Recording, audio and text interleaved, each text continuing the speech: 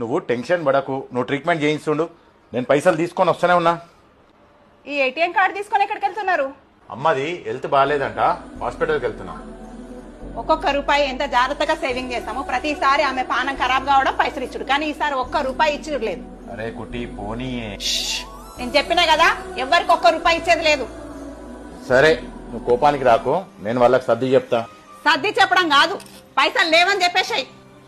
ఆరా ధనుష్, సారీరా, నా తన పైసలు లేవురా. మా తమ్ముడా? ఒరేయ్ నువ్వు టెన్షన్ తీసుకోకు, నేను పైసలు పంపిస్తున్నా. ముందే నాకు ఎందుకు చెప్పలేదు? మా అమ్మకి హెల్త్ బాలేదా? ఇగో పాటు ఏటీఎం తీసుకో, పైసలు డ్రా చేసి పైసలు కట్టేసి రాపో ఫస్ట్ పోయి. అచ్చా, మా అమ్మకి హెల్త్ బాగాలేదనుకొని కార్డు గుంజుకున్నావు, అదే మీ అమ్మకి హెల్త్ బాగాలేదని చెప్పి తెలియంగానే కార్డు ఇచ్చి పైసలు కట్టమని చెప్పి చెప్తున్నావు. అయినా మీ వాళ్ళని ఒక లెక్క, మా వాళ్ళని ఒక లెక్క ఎందుకు చూస్తున్నావు అమ్మా? ఇదెక్క న్యాయం రా. ఇలాంటి ఇల్లాలు ఏ ఇంట్లోనైతే ఉంటుందో ఆ ఇంట్లో సుఖ సంతోషాలు ఉండవు. నువ్వు మారు, నీ పద్ధతి మార్చుకో, అందరూ నా వాళ్ళే.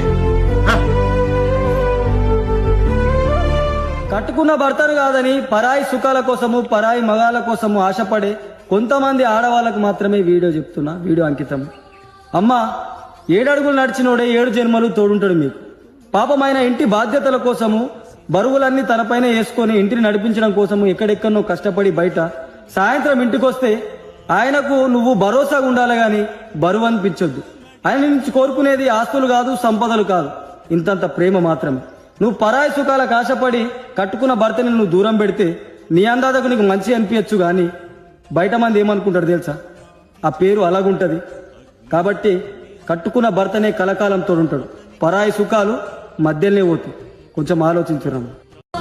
తెంచుకుంటే తెగిపోతుందా దేవుడు వేసిన బంధం? తెలుసుకోని జీవిత గమ్యం, పెంచుకోమానుబంధం. 7 అడుగులు నడిచిన వాడే 7 జన్మలు తోడుంటాడు. భర్తగా నిన్ను భరించువాడే బ్రతుకు దీపం వెలిగిస్తాడు. అతని హృదయం నాకి చెరామి అగ్నిహోత్రం.